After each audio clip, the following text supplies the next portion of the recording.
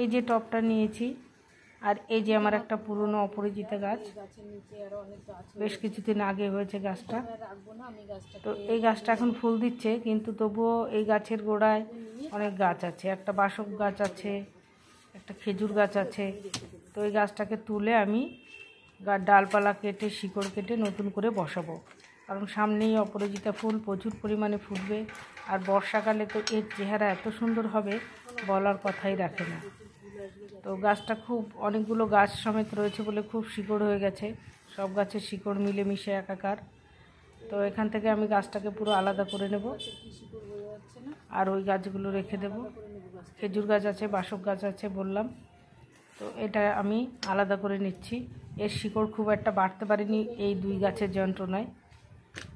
তো আলাদা করব করে আর হয়নি, তাই এখন সঠিক সময়, এই সময় করে নিলে সামনে গরমে প্রচুর ফুল হবে। এই টবে মাটি গাছ লাগানো ছিল, তুলে ফেলে মাটিটা একটুখানি খুঁড়ে নিচ্ছি ভালো করে।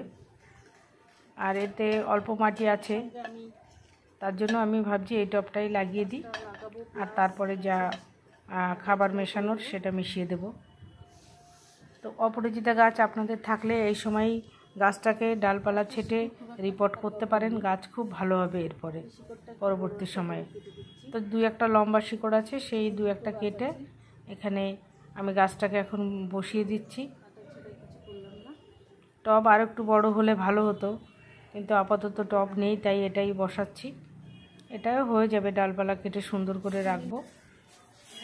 আর যদি খুব বেশি বড় হয় তখন আবার চিন্তা ভাবনা করব।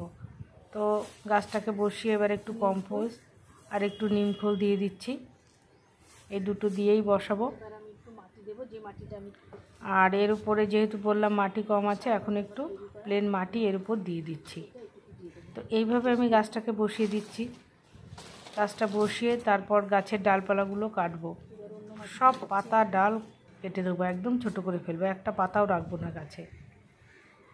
তো এইভাবে আমি আগেও গাছ প্রত্যেক বছর যে পুরনো গাছ থাকে রিপোর্ট করে দেখেছি, গাছ খুব সুন্দর হয়।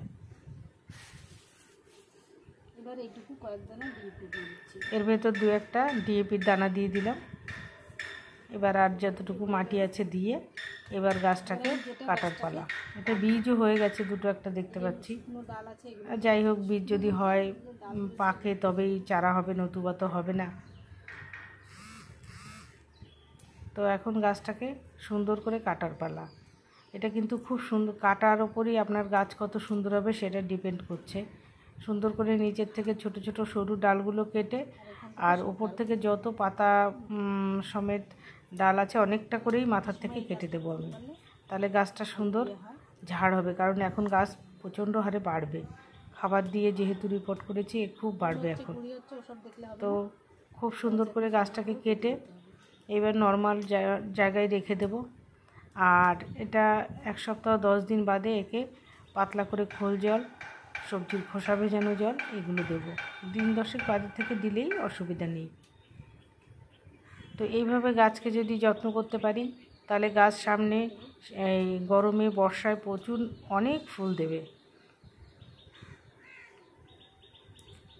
একদম অনেকটা থেকে কেটে দিয়ে, আর দু একটা ডাল তো শুকিয়েও গেছে, সেগুলোও কেটে দিচ্ছি।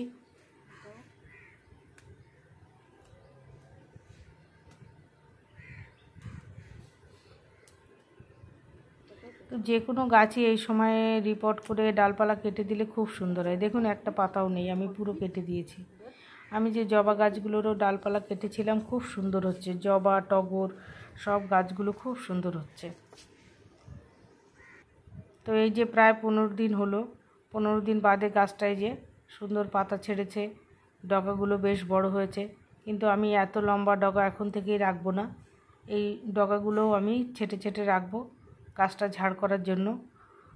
এই যে যেগুলো লম্বা হয়েছে এগুলোকেও কেটে দেবো, যতগুলো ডগা বেরিয়েছে। তাহলে কি হবে, এখান থেকে আরও 2-3টে করে ডগা বেরোবে, আর গাছ খুব সুন্দর হবে।